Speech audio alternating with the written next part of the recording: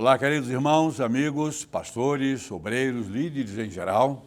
Aqui estou pela segunda vez para apresentar o sermão bombástico em tempo de apostasia. É um programa, é um sermão,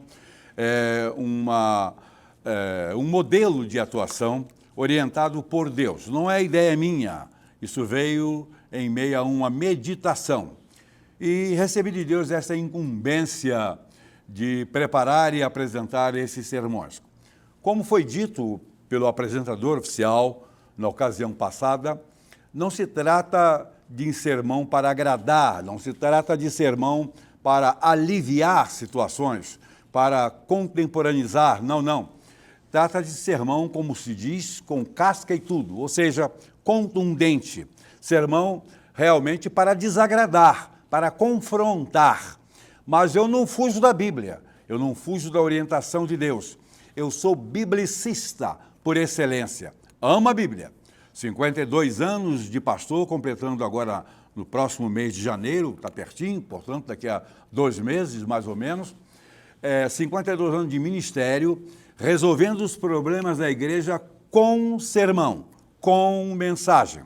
E hoje as coisas são muito estranhas no reino de Deus, em todas as denominações, com os púlpitos muito banalizados, com a música de segunda categoria, com práticas totalmente em desconforme com a Bíblia, pastores que já não se postram ao púlpito com ética, com linha, com, singeleza espiritual que se deve admitir e praticar. Então, vou pregar mais um sermão. A série já está estimada em 24 sermões e outros vão surgindo. Sempre mensagens, sempre doutrinas. Se os irmãos não gostarem, podem reclamar à vontade, podem colocar nas suas redes sociais, mas, por favor, se não gostarem do meu jeito de pregar, nem precisa reclamar, porque eu sempre fui assim. Mas se eu estiver errando, se eu estiver fazendo interpretações truculentas da Bíblia, aí, por favor, mostre-me onde eu errei. Eu preciso melhorar, eu preciso me aperfeiçoar. Bom, vamos, queridos irmãos e amigos, para o sermão desta ocasião. Eu gostaria de chamar a todos para que atentem para o texto que eu vou ler lá em 1 Timóteo, no capítulo 2, versículos 1 e 2, muito conhecido, onde nós encontramos o seguinte: que se façam orações, intercessões e ações de graça por todos os homens, pelos reis e por todos os que estão em eminência, para que tenhamos uma vida quieta e sossegada em toda piedade e honestidade. O texto deixa bem claro que há necessidade dos crentes, dos servos de Deus, em todos os tempos, se postarem em orações pelos governantes, por aqueles que estão em evidência, em eminência, etc. Mas o fim, o objetivo, é que se tenha uma vida sossegada, uma vida de paz, mas essa vida de paz tem que transcorrer em 2 níveis, em piedade e em honestidade. Sobre piedade, falaremos em outra ocasião, mas neste momento eu quero considerar a questão da honestidade. Essa palavra, queridos irmãos e amigos, pastores, líderes, profetas, apóstolos, missionários, bispos, evangelistas, diáconos, presbíteros e todos quantos têm alguma atividade na igreja, no reino de Deus, a palavra honestidade, ela assusta as pessoas. Porque a sociedade toda, o mundo todo hoje vive mais em função da desonestidade. As relações humanas são muito tocadas à base de desonestidade. Relações familiares, marido e mulher e marido, pais e filhos, filhos de pais, irmãos, enfim, todos eles estão vivendo muito, tocando a vida com desonestidade. Isso é terrível. Paulo, nesse texto, em todo o livro, está admoestando aos crentes a que orem por todos os que estão em evidência. Ótimo. Objetivo para que eu tenha uma vida, para que nós tenhamos uma vida em piedade, honestidade, ótimo. Mas o que é ser honesto? O que é ser honesto? Segundo os muitos dicionários, verbetes que a gente encontra por aí a respeito da palavra honestidade, o que é ser honesto? qualidade de quem não mente. Olha que eu preguei um sermão passado sobre a mentira. De quem não frauda, de quem não engana, de quem é decente, de quem possui decoro, possui pureza, é uma pessoa que sustenta a seriedade, em quem se pode confiar, é uma pessoa que sustenta a honradez, lealdade, compreende, portanto, um vasto mundo de coisas virtuosas. É também a consciência do que é certo e apropriado, franqueza, modéstia. Tem uma frase de efeito que aprendi nos meus tempos de recrutamento da Força Aérea, lá pelos idos de 1964. Tempo bom, tempo bom. Dizia também que não volta mais, tem saudade daquela época, mas estou vivendo e servindo a Deus neste tempo. Essa frase de efeito que aprendi lá, ela foi pintada numa viga do alojamento. Eram várias, mas a que me impressionou, da qual eu não me esqueço jamais, é a seguinte: se o velhaco soubesse da vantagem que existe em ser honesto, seria honesto só de velhacaria. Eu vou repetir, para que fique gravado na cabeça de todo mundo. Se o velhaco, se o trapaceiro, soubesse da vantagem que existe em ser honesto, ele seria honesto só de velhacaria. Ou seja, se tornaria honesto num ato de velhacaria. Porque é mais vantajoso ser honesto do que ser praticante de qualquer outro tipo de conduta desleal. Sobretudo, a falta de honestidade. Essa frase foi mandada pintar naquela viga de um dos alojamentos onde eu estava, por um suboficial responsável pelo recrutamento, chamado suboficial Osvaldo, que era um homem atento e ligado em filosofias, um homem muito bom, sério, correto, de quem eu tenho uma ótima impressão, e o seu trabalho de ensino, de adestramento, construiu muito para a construção do meu caráter e da minha personalidade. Mas eu gosto muito de um texto da Palavra de Deus que vocês, meus queridos irmãos e amigos, colegas, conhecem. Não façam de conta que os irmãos não conhecem, porque conhecem. Esse texto é encontrado lá em João, João 1, 46, versículo 46, onde encontramos essa escritura, e ela me impressiona muito, ela é muito agradável para mim.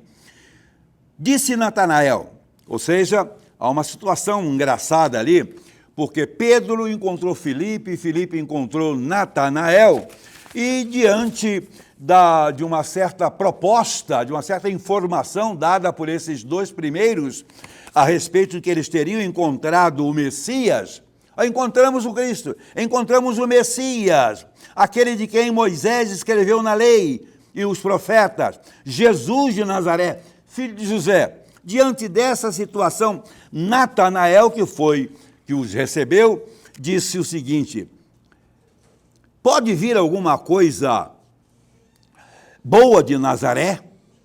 Disse Filipe, vem e vê. Pode vir alguma coisa boa de Nazaré? Mas não parou por aí. Disse-lhe mais, nessa situação também, eles se encontraram com Jesus. E Jesus, olhando para Natanael, disse o seguinte: eis aqui um verdadeiro israelita em quem não há dolo. Jesus se dirigiu para aquele homem que havia dito: pode vir alguma coisa boa de Nazaré? Diz: eis aqui um verdadeiro israelita em quem não há dolo. Interessante. Pode vir alguma coisa boa de Nazaré? A resposta de Jesus àquela indagação, que era justa, porque aquela localidade não era bem vista, não era bem quista, a população de lá não era das melhores. Era digamos assim, um submundo em torno de Jerusalém. Então Jesus Cristo não se impressionou, não se preocupou com esse estereótipo a respeito do pessoal de Nazaré. Mas ele fez isso. Eis aqui um verdadeiro israelita em quem não há dolo. Ele anunciou isso a respeito de Natanael. Os irmãos lembram desse texto? Então, vou fazer algumas perguntas. Por que Jesus Cristo não disse: eis aqui um verdadeiro israelita em quem não há pecado? Porque Natanael, mesmo não tendo dolo no seu coração, ele era um pecador, porque todos pecaram. Por que Jesus Cristo não disse: eis aqui um verdadeiro israelita perfeito? Porque ele não era perfeito, mas ele disse que não havia naquele homem dolo. Queridos irmãos em Cristo Jesus, vocês sabem realmente o que significa a palavra dolo? Existe na literatura jurídica duas formas de se cometer um crime, ou doloso ou culposo. Você sabia disso?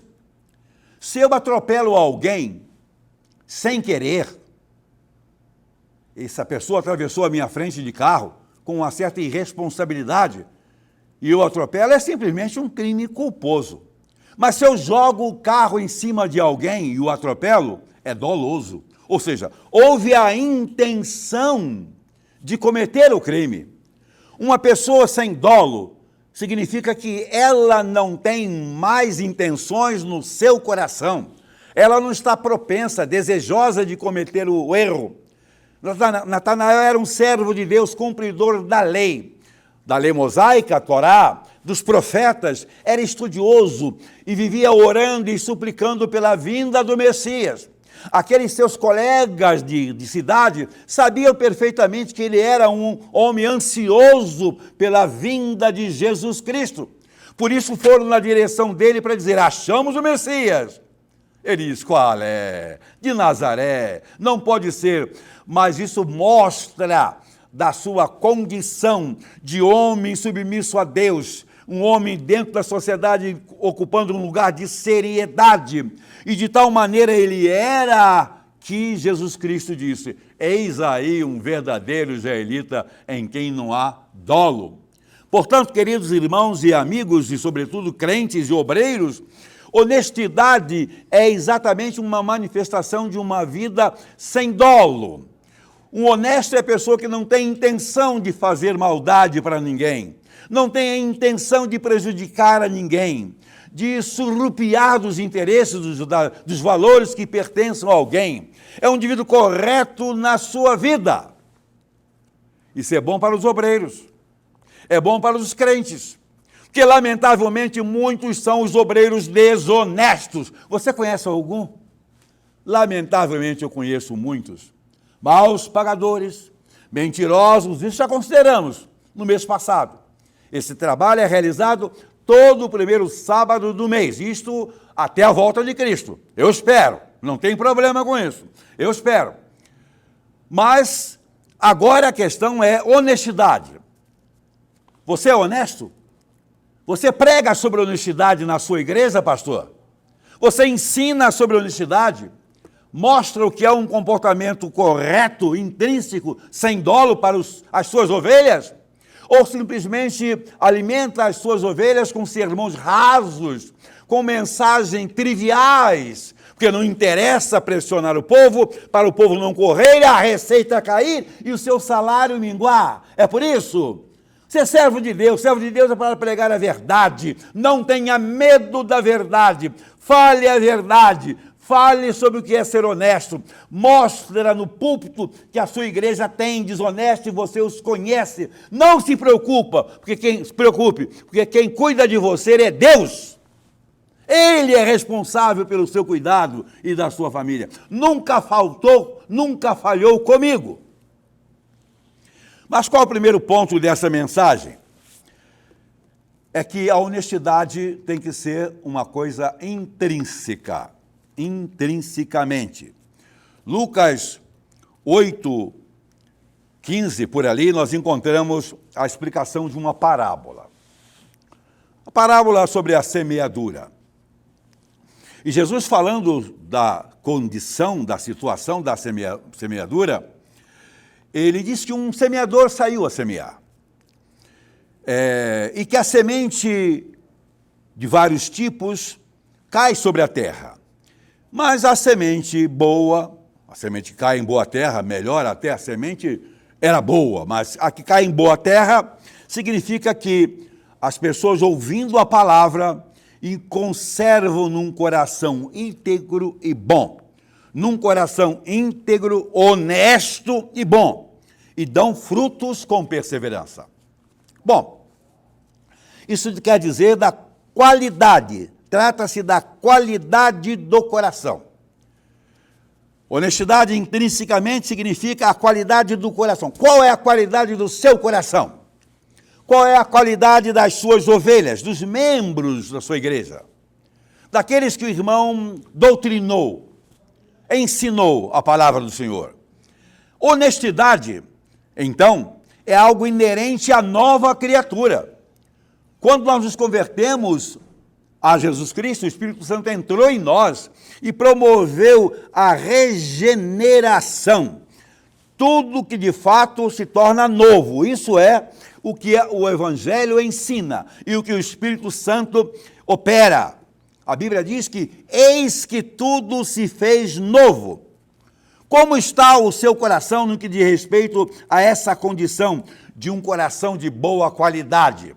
Não estou falando do músculo miocárdio, não estou falando do órgão que nós temos dentro do nosso tórax. Sim, ele é muito importante, mas coração que eu estou falando é sede das emoções, dos sentimentos.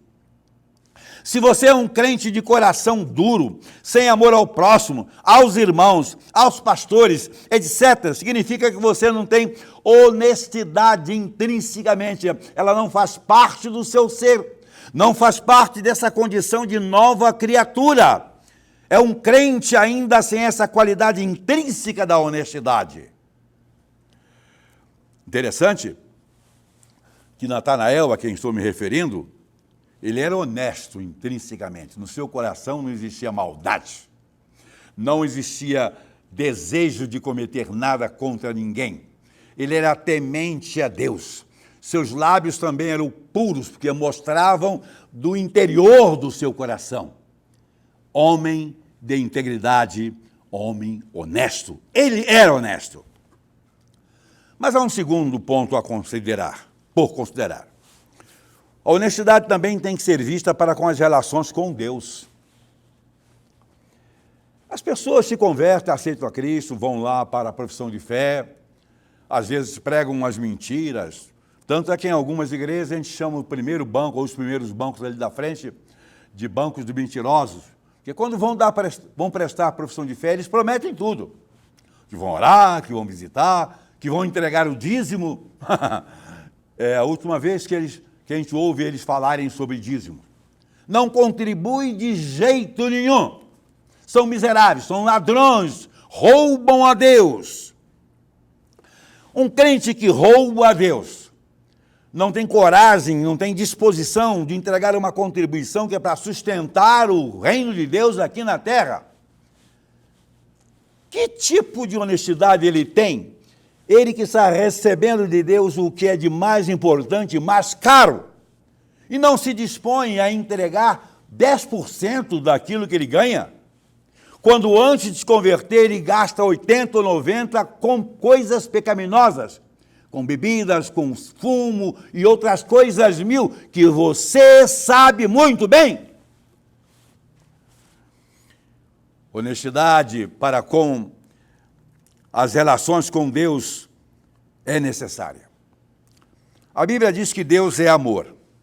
Importa que os seus adoradores o adorem em espírito e em verdade. Adoração em espírito inclui aquilo que já falei anteriormente. Honestidade intrinsecamente. Eu estou orando verdadeiramente, falando com Deus com sinceridade. Falando com Deus em verdade, uma oração movida pelo seu Espírito, porque o Espírito Santo entrou em nós quando da conversão. Agora guardem, não esqueçam disso, a nova vida é do Espírito, não é da carne. Não é uma renovação absoluta da carne e os nossos instintos sejam mudados, as nossas inclinações carnais e materiais desapareçam. Não desaparecem, elas permanecem, mas pelo Espírito nós podemos vencer a todas. Só adorem em espírito e em verdade os que são honestos. Caso contrário, a pessoa desonesta que está adorando a Deus está brincando com Deus, está abusando da paciência de Deus, está achando que Deus não se importa, Deus não se interessa por verdade ou mentira, ele acolhe a tudo naturalmente e com irrelevância.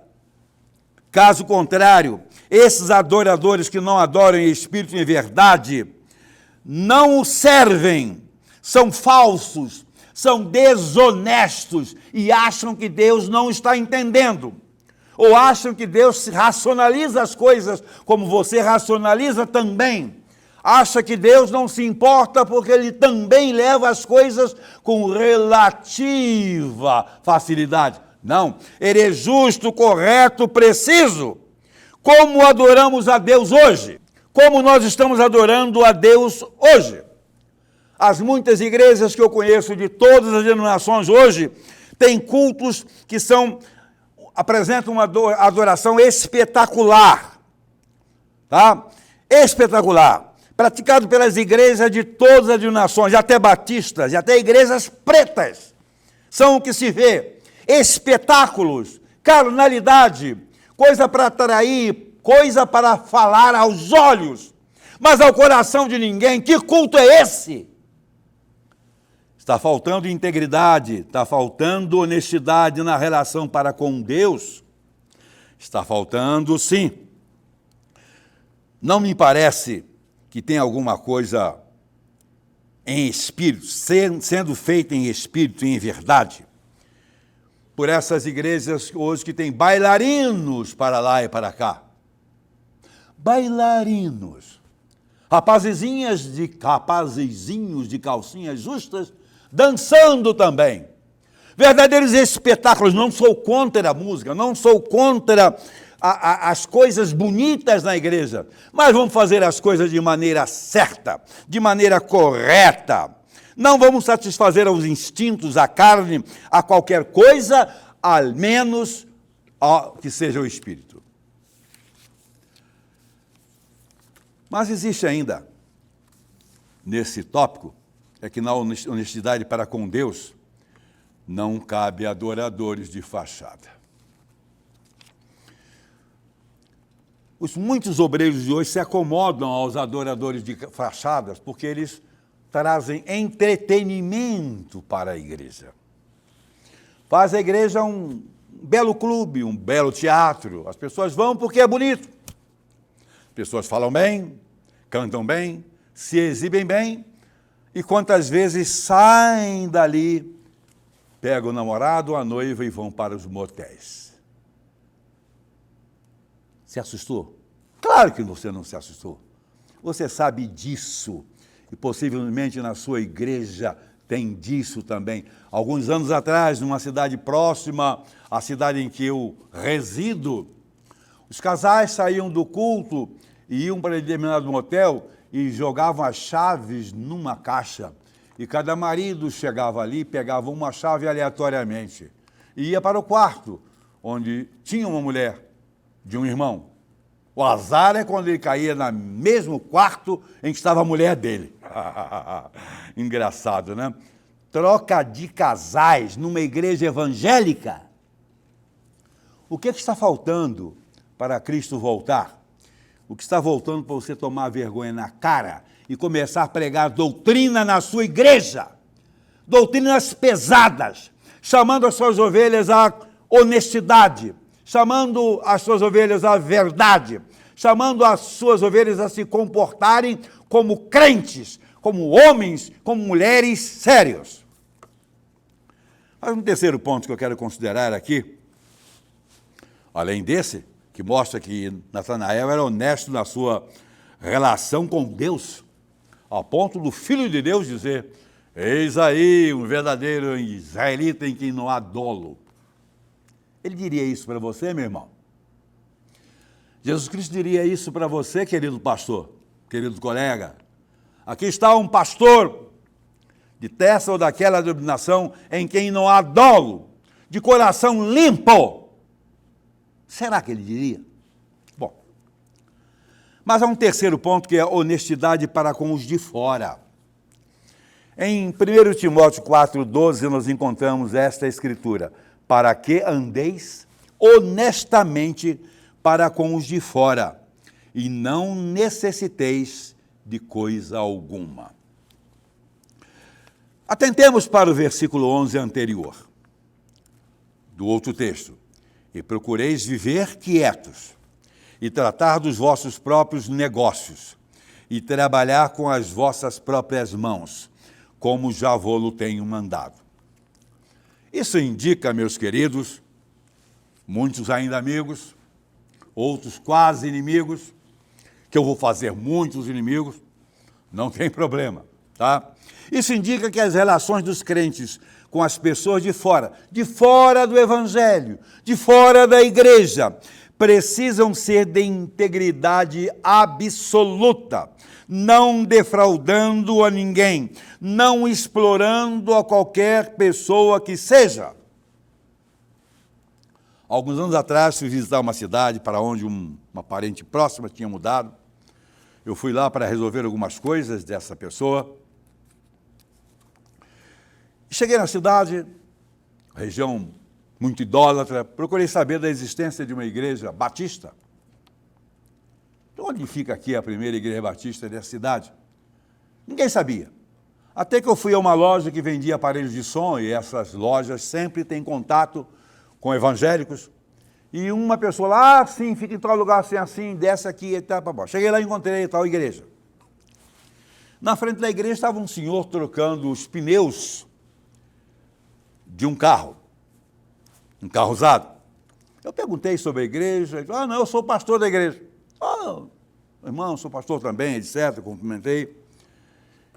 Está fazendo um trabalho braçal aí? Não, é que eu vendi esse carro e estou trocando os pneus, estou tirando os bons e colocando os velhos para entregar o carro. Que bonito, né? O homem tinha vendido o carro e estava um pastor da minha denominação, estava tirando as rodas com os pneus bons e colocando outros ruins para entregar o carro. Que exemplo bonitinho, né? Quando aquela pessoa recebeu o carro que havia comprado, diz, é engraçado, tinha a impressão que as rodas eram melhores, que os pneus eram melhores, mas estou recebendo aqui um negócio meio bagunçado, meio esquisito. O que é que aquele pilantra daquele pastor fez? Estou falando de um pastor que já saiu de lá, saiu muito mal, inclusive. Mas será que você faria isso? Quando você for vender um carro usado, você chega e diz para o comprador, olha, esse carro é usado, ele tem esse, aquele problema, eu estou vendendo, tá? Quer comprar, compra. Ou você vai dizer, não, o carro tá bom, beleza, Maranhão, tá maravilha, viajo com ele para lá e para cá, estou vendo com preço bom, por necessidade tal, aí você vende o carro. Aí o incrédulo que compra o seu carro leva um abacaxi para casa. Você faz isso? Eu sei que a maior parte faz, e você também sabe. Você também sabe. Os crentes de hoje se comportam para com os que são de fora como se de fora fossem. Se comportam nas relações com os incrédulos como os piores incrédulos do mundo. Que exemplo você está dando? Como você vai pregar o evangelho se você age exatamente da mesma maneira que o incrédulo, que o perdido age? O que é que você está fazendo aí? Está achando que Deus é bobo, que Jesus Cristo derramou o seu sangue à toa? Que o Espírito Santo de Deus está fazendo um trabalho de idiota na terra? Você está pensando que você é servo de Deus só para as bondades de Deus? Não! Você há de prestar contas por essas atitudes incompatíveis com a condição de servo de Deus. Cuidado ao negociar com crentes. Quem está falando isso é um pastor. Cuidado, povo não evangélico. Cuidado para negociar, quando você vai negociar com certos crentes, com muitos crentes e até pastores. Cuidado que você vai levar um tombo. São perigosos demais. Eu fundei uma instituição que cresceu e se tornou uma universidade, um centro universitário, e tinha mais 3 outras instituições, eram 4. Eu tive momentos de gerir, de fazer a gestão de cerca de 1.000 pessoas entre os contratados, os funcionários registrados e pessoas contratadas prestando serviço. Mais de 1.000. É lamentável dizer que muitos que trabalhavam ali eram crentes. E até pastores. E um dos pastores foi o que deu um belo tombo em mim. Um dos pastores. Muito engraçadinho ele. Pilantra. Está lá, por lá. Pastoreando uma igreja aqui, detonando uma e outra, mas está lá. Safado. A palavra não é outra, é safado. E quantos outros crentes? Aliás, eu tenho colegas que dizem assim, puxa, eu detesto empregados de determinada denominação. Claro que eu não vou falar aqui. Porque eles são muito vigaristas, e são. E de tal denominação eu conheço pastores vigaristas. Ué, estamos falando de incrédulos? Estamos falando do mundo de pecado? Não, estou falando de crentes, daqueles que se dizem salvos, daqueles que se dizem objeto do amor de Deus, redimidos pelo sangue de Cristo e se apresentam como pecadores e como líderes, e tantos o são. Honestidade para com as pessoas de fora do mundo. Eles precisam ver Cristo em nós. O mundo precisa ver Jesus Cristo na minha vida. Quando o mundo olha para mim, está vendo o quê? Um pastor desonesto? Está vendo um crente desonesto? Está vendo o quê em mim? Mais um picareta da sociedade? Eles vão se interessar por esse evangelho? Claro que não, e a culpa é de Deus. Não, a culpa é dos evangelistas. Não, a culpa é do crente, dos obreiros, daqueles que vivem desonestamente. Natanael era honesto para com o próximo. Era honesto para com os de fora. Por isso Jesus Cristo disse, eis aí um verdadeiro evangelista, um verdadeiro israelita, em quem não há dolo. Olhando lá de cima, meu querido pastor, bispo, apóstolo, profeta, tem alguns por aí, missionários, presbíteros, diáconos e tantos outros. Olhando para vocês, o que diria Jesus Cristo? Eis aqui um servo de Deus dessa ou daquela denominação em quem não há dolo. Ele diria isso? Ou ele diria, olha, eis aqui um líder dessa ou daquela denominação, mas cuidado com ele. Será que ele diria isso? Estou achando isso desagradável? Desconcertante? Porque o não crente pode ouvir isso aí e ficar escandalizado, porque você está dizendo, não, peraí, eu não estou escandalizando, não. Escandalizados ficam os não crentes quando veem crentes desonestos. Último ponto. Honestidade é como perfil ideal perante a sociedade. É necessário que nós sejamos honestos, porque a honestidade é perfil ideal do homem sério perante a sociedade. Interessante. Estou falando que para crentes, estou fundamentado na Bíblia, mas um homem sério perante a sociedade nem precisa ser crente. Só um homem de bem. Nós não viemos a este mundo, crentes, incrédulos ou o que quer que seja, para ser safados, desonestos, pilantras. Viemos neste mundo para ser gente séria, produtiva, de trabalho, que pague corretamente aos seus devedores, a quem deve. Enfim, a pessoa pode ser e deve ser correta, independente e independendo da sua opção religiosa. Não interessa. Correto? Como você, pastor, é visto pela sociedade? Como você, pelos crentes da sua igreja? Não. Você chega lá, pé arrumadinho, né? Eu estou com um blazer aqui que pessoas da minha família detestam, porque ele é xadrez. Mas eu gosto, né? Mas eu vou a uma igreja ou outra, com esse ou com outro. Mas você chega lá bonitinho, domingo pela manhã, prega um sermão bonito, empoladinho, canta, ora, oração fervorosa. Em algumas congregações sai fogo. Que coisa bonita, que coisa boa. Eu não sou contra nada. Eu acho tudo isso muito bom. Mas como é que a sociedade vê a você? Quando você chega no açougue perto da sua casa e vai comprar alguma carne fiada, eles vendem? A mim, se eu for comprar, vendem. Eu estou cansado de entrar em comércio variado de gente que eu não conheço na minha cidade e vou comprar alguma coisa, pego, etc. E o balconista ou o dono diz assim, o senhor vai assinar a nota ou vai pagar? Assinar a nota? Ah, não, vou pagar. É desconto, é débito direto. Ah, mas se eu quiser anotar a nota, paga depois. Não, não precisa. Sabe por quê? Porque todo mundo na minha cidade me conhece. Quem não me conhece sabe que eu existo. E sabe que eu existo e sabe que eu sou honesto. Será que eu estou sendo arrogante? Não, eu estou só dizendo o que eu faço, o que eu sou. Eu moro na cidade de Itaperuna, noroeste do estado do Rio de Janeiro. Eu não moro aqui na capital. Eu moro lá. Gasto uma hora de viagem de lá até aqui quando eu venho de avião. Eu tenho meu avião. Piloto meu avião. A maioria das vezes eu venho de carro, por outras necessidades.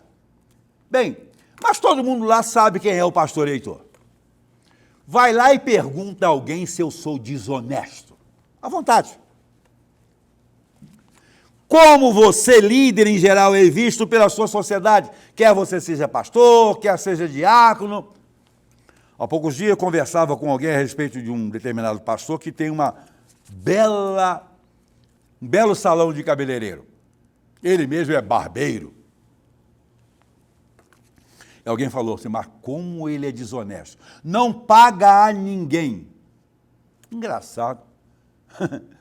Não paga a ninguém. E é pastor. Interessante. Como você, crente mesmo de igreja, você não é diácono, nem presbítero, nem pastor, nem ancião, você é apenas crente. Como você, crente, é visto pela sociedade? Olha lá vai aquele crente pilantra. Olha, me comprou e não pagou. Agora não se usa tanto cheques, mas lá, me passou cheque sem fundo. Mas ainda se passa.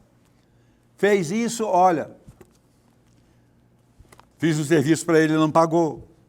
Como você, estudante, dentro da universidade, dentro de um colégio, seja ele de ensino fundamental ou médio, técnico, como você, estudante, é visto pela sociedade, pelos seus iguais, como mais um pilantra ali, enrolador, que compra a nota, que frauda nas provas. Aí você vai dizer, pastor, mas isso todo mundo faz. Sabe que é bem provável que muita gente faça? Então vai você com essa gente toda desonesta para o inferno, vá junto com eles, mas não fica nas igrejas enrolando, escandalizando. Como você é advogado, nas igrejas tem até muitos pastores que são advogados, é uma profissão lícita. Mas como você que é advogado é visto pela sociedade? Na cidade em que eu moro, tinha um advogado, crente, que chegou a ser membro da igreja em que fui pastor, não na minha época, mas conhecido na cidade como um grande desonesto. Fazia aqueles processos de cobrança de dívidas, aposentadorias de pessoas idosas, etc. Saia o dinheiro e pegava a procuração. E uma velhinha que tinha um dinheiro bem interessante para receber, ele cobrou 30%.